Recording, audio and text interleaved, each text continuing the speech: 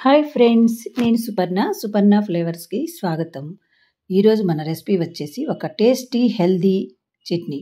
ఇది ఒక ఆయుర్వేదిక మెడిసిన్ లాంటి చట్నీ అన్నమాట. నిత్యం ప్రతి ఇంట్లో ఎదుర్కొంటున్న సమస్యలు జుట్టు తెల్లగావటం, రాలిపోవటం, చర్మం ముడతలు పట్టడం, రోగనిరోధక శక్తి తగ్గిపోవటం, షుగర్లు, బీపీలు, వీటన్నిటికీ ఒకటే మెడిసిన్ లాంటిదండి. ఒక్క మాటలో చెప్పాలంటే అందం, ఆరోగ్యాన్ని కాపాడే రుచికరమైన చట్నీ. ఇది కొలెస్ట్రాల్ని తగ్గిస్తుంది, విటమిన్ సి ఎక్కువగా ఉంటుంది కాబట్టి మనకి యాంటీ ఆక్సిడెంట్ లాగా పనిచేస్తుంది. ఇంత మంచి చట్నీ ఏంటా అని ఆలోచిస్తున్నారా? చెప్పండి, అదేనండి ఉసిరికాయ చట్నీ. ఉసిరికాయ చట్నీ ఈ రోజుల్లో మనకు ఉసిరికాయలు బాగా దొరుకుతున్నాయి కదా, వాటిని చూడగానే అప్పటికప్పుడు చేసుకునే చట్నీ ఎలా చేసుకోవాలని ఆలోచించాను. ఏకాదశి రోజు ఉపవాసం ఉండి ద్వాదశి రోజు ఈ చట్నీ తప్పకుండా తినాలంటారు. అయితే నిలవ పచ్చడి తినలేం కదా, అందుకని ఇన్స్టెంట్గా పెట్టుకున్నాను అనమాట. ఈ ఉసిరికాయల్ని బజార్లో చూడగానే ఎంతో నచ్చాయి నాకు, అందుకే వెంటనే తెచ్చేసి చట్నీ చేస్తున్నాను. వీటిని తీసుకురాగానే శుభ్రంగా కడిగేసి క్లాత్ మీద ఆరబోసుకొని తుడుచుకోవాలి. ఆ గుంటలో కొంచెం వాటర్ ఉన్న పచ్చడి పాడైపోతుంది. తడి లేకుండా క్లాత్ పెట్టి తుడిచేసుకొని ఇలా చిన్న చిన్న ముక్కల్లాగా చేసుకోవాలి. ఈ ముక్కలన్నిటినీ మనం వీటిలో ఉన్న పోషక విలువలు పోకుండా చట్నీ తయారు చేసుకోవాలన్నమాట. దీనికోసం ఒక పొడి కావాలండి ముందు. అందుకని ప్యాన్ పెట్టి అది వేడెక్కిన తర్వాత దానిలో ఇది ముద్ద ఇంగువ అంటారు. ఇది మంచి రుచే కాదు, ఆరోగ్యానికి కూడా చాలా మంచిది పొడి ఇంగువ కన్నా. అందుకని ముద్ద ఇంగువ చిన్న ముక్క తీసుకొని వేయించుకున్న తర్వాత కొంచెం అందులో ఒక మెంతులు ఒక స్పూను, ఆవాలు ఒక స్పూను, జీలకర్ర ఒక స్పూను, ఈ మూడింటిని కూడా వేసి మంచి కలర్ వచ్చేదాకా వేయించుకొని వీటిని మిక్సీ జార్లోకి తీసేసి పక్కన పెట్టేసుకొని అదే ప్యాన్లో నూనె వేసుకుందాం. ఒక 4 స్పూన్లు నూనె వేస్తున్నానండి. ఎందుకంటే ఉసిరికాయ ముక్కలు మాడిపోకూడదు, మగ్గాలి. మనకి ఇందులో పోషక విలువలు పోకూడదు అంటే ఇవి జస్ట్ మగ్గాలి అంతే, పచ్చడి పాడవకుండా వగరు తగ్గటానికి అనమాట. ఆయిల్లో కొద్దిసేపు అంటే కొద్దిసేపే మూత పెట్టి వేయించుకుందాం. ఒక 2 నిమిషాల్లో ఇవి చక్కగా మగ్గిపోతాయండి. బాగా కండబట్టి నీరుతో ఉన్నాయి కదా, ఊరికే మగ్గిపోతాయి. 2 నిమిషాల తర్వాత వీటిని చూస్తే మనకు చేపట్టి పట్టుకుంటే తెలిసిపోతుంది, మెత్తగా అయిపోతాయి. వీటిని బౌల్లోకి తీసేసుకుందాం. చక్కగా మగ్గిన వాటిని బౌల్లోకి తీసేసుకొని ఇందులో ఆయిల్ ఇంకా మిగిలి ఉంది చూసారా, దానిలోనే మనం 10 ఉసిరికాయలు తీసుకున్నాం కరెక్ట్గా. వెయిట్లో అయితే 250 గ్రామ్స్ ఉన్నాయండి అవి. దీనికోసం ఒక 10 అంటే 10 ఎండుమిరపకాయలు వేసుకుంటే సరిపోతాయి మనకి. ఇది ఎక్కువ కారం లేకుండా కమ్మగా ఉండేటట్లు చేసుకున్నాం.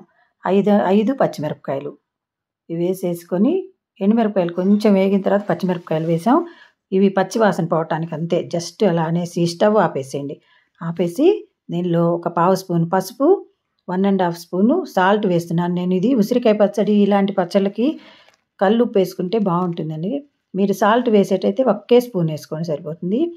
ఉప్పు కూడా వేసేసి ఇందులో కొత్తిమీర వేస్తున్నాను నేను. దీనివల్ల చట్నీ చాలా రుచిగా వచ్చిందండి. మామూలుగా ఉసిరికాయ చట్నీలో కొత్తిమీర వేయం, కానీ ఇది వేశాక ఇది ఇన్స్టెంట్ పచ్చడే కదా, నిలవ ఉండదు కాబట్టి కొత్తిమీర వేసుకుంటే దీని టేస్ట్ చాలా బాగుంది. అది వేసి అవి చల్లారేలోపు మనం ఇందాక మెంతులు వేయించి పెట్టుకున్న వాటిని మెత్తగా మిక్సీ పట్టుకుందాం. ఇవి పొడి బాగా ఫైన్ పౌడర్ అవ్వాలండి, ఎందుకంటే మెంతులు కదా, మెంతుల్లో ఒక గింజ తగిలినా చేతి తగులుతుంది. పిల్లలకి వాళ్ళకి చేతి తగిలితే తినరు. పౌడర్ అయ్యాక దీని స్మెల్ భలే ఉంటుందండి, చాలా మంచి స్మెల్ వస్తుంది. అది పక్కన పెట్టేసుకొని జార్లోకి మళ్ళీ ఎండుమిరపకాయలు, పచ్చిమిరపకాయలు వేయించి పెట్టుకున్నాం కదా, వాటిని వేసేసి కచ్చా పచ్చగా మిక్సీ పట్టుకుందాం. అసలు ఈ పచ్చడి రోట్లో నూరితే ఉంటుందండి, దీని టేస్టు అమోఘంగా ఉంటుంది. కాకపోతే అది టైం టేకింగ్, అందరి దగ్గర రోళ్ళు ఉండవు, అందుకని నేను కూడా మిక్సీలోనే చేస్తున్నాను. అవి కొంచెం మిక్సీ పట్టిన తర్వాత దానిలోనే మనం వేయించి పెట్టుకున్నాం కదా ఉసిరికాయ ముక్కలు, అవి చల్లారుంటే వాటిని వేసి ఇప్పుడు మొత్తం మిక్సీ పట్టుకుందాం. ఇది కూడా మరీ పేస్ట్ లాగా కాకుండా కొంచెంగా మెత్తగా అయ్యేటట్టు మిక్సీ పట్టుకుందాం. ఇలా మిక్సీ పట్టిన తర్వాత మనం దీన్ని బౌల్లోకి తీసేసుకుందాం. ఇది కూడా మరీ మెత్తగా కాకుండా కచ్చాపచ్చాగా, అంటే కొంచెం పలుకుగా ఉండేటట్టే మిక్సీ పట్టుకుంటే మనకి పంటికి తగులుతూ చాలా బాగుంటుంది. దీనికోసం ఒక పోపు తయారు చేసుకున్నాం. ఇందాక మెంతులు, ఆవాలు, జీలకర్ర, ఇంగువ అన్నీ మనకి పొడిలో వచ్చేసాయి కదా, ఓన్లీ మినపప్పు ఒక్కటే వేసుకుంటాం. ఇప్పుడు శనగపప్పు కూడా ఇష్టం ఉన్న వాళ్ళు వేసుకోండి, బాగానే ఉంటాయి. కాకపోతే ఒక్కరోజు ఉన్న శనగపప్పు నాని కొంచెం టేస్ట్ మారుతాయి, అందుకని కొంచెం అంటే కొంచెం మినపప్పు వేసి దాంట్లో 2 ఎండుమిరపకాయలు తుంపేసి నూనె కాబట్టి ఇందులో పోసేసుకుందాం. ఇందులో వేసేసి మనం ఇందాక మిక్సీ పట్టుకున్నాం కదా మెంతులు, ఆవాలు, జీలకర్ర, ఆ పొడి వేసి కలుపుకుందాం ముందు. ఈ పొడి వల్ల అసలు చట్నీ భలే రుచిగా ఉంటుందండి. మామూలుగా మెంతులు అవి వేసి మామూలు మిక్సీ పడితే అంత టేస్ట్ రాదు. కానీ ఇలా పౌడర్‌లాగా చేస్తే మనం కొంచెం ఎక్కువగా వేసుకోవచ్చు. అది వేసేసి మనం చేసుకున్న ఈ పోపు కూడా దీనిలో వేసేసి అవసరమైతే ఇంకొంచెం నూనె కూడా వేసుకోండి. నేను హెల్తీగా చేస్తున్నా కాబట్టి నూనె కొంచెం తక్కువ వేశాను. చిన్నపిల్లలు వాళ్ళు తినేట్టయితే ఇంకొంచెం నూనె గనుక వేసుకున్నారంటే ఇంకా కమ్మగా ఉంటుంది. దీనికి పల్లి నూనె గానీ, నువ్వుల నూనె గానీ వాడుకోండి. చాలా బావుంటుంది రుచి. ఇది మనం అప్పటికప్పుడే చేసుకుంటున్నాం కాబట్టి కొద్దిగా ఉసిరికాయ ఉండే వగరు తగులుతుంది. అది పోగొట్టుకోవడానికనమాట నిమ్మకాయ పిండుతున్నాం కొంచెం. ఒక్క నిమ్మకాయ పిండాం. మనం 10 ఉసిరికాయలు తీసుకున్నాం గదా! దానికి ఒక్క నిమ్మకాయ పిండుకుంటే సరిపోతుంది. ఆ నిమ్మకాయ రసాన్ని పిండి బాగా కలిపేసేయండి. దీన్ని ఫస్ట్ మనం వంట చేసుకునేటప్పుడు ముందే దీన్ని చేసి పెట్టుకుంటే కొంచెం ఒక గంట అవుతుంది మనం తినేటప్పటికి కమ్మగా ఉంటుంది. అసలు ఈ వాసనకే నోరూరిపోతుంది. ఒక్క ముద్ద తిందాం అనుకున్న వాళ్ళు అన్నమంతా దీంతోనే తినేస్తారు. మన పెద్దవాళ్ళు చెప్పేవాళ్ళు కదండీ! చిన్నప్పుడంతా ఒక ముద్ద ఫస్ట్ ముద్ద ఉసిరికాయతో తినమని చెప్పేవాళ్ళు. వాళ్ళు తినేవాళ్ళు. వాళ్ళ ఆరోగ్య రహస్యం అదే అనుకుంటా అండి. వాళ్ళ జుట్లు, పళ్ళు, కళ్ళు అన్నీ గట్టిగా ఉండేవి. మనం కూడా ఈరోజు వేడి వేడి అన్నంలో ఇది కొంచెం వేసుకొని నెయ్యేసుకొని టేస్ట్ చేసి చూద్దాం. ఈరోజు మా ఇంట్లో ఈ పచ్చడితో పాటు దోసకాయ, శనగపప్పు కూర.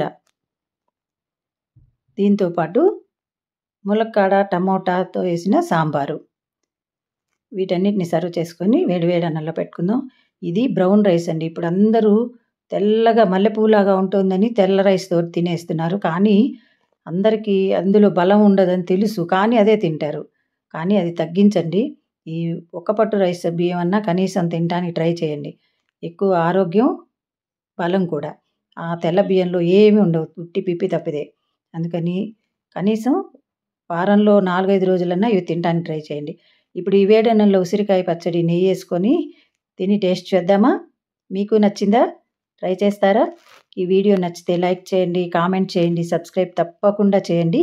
ఈ కార్తీక మాసంలో ఈ చట్నీ తప్పకుండా తినండి.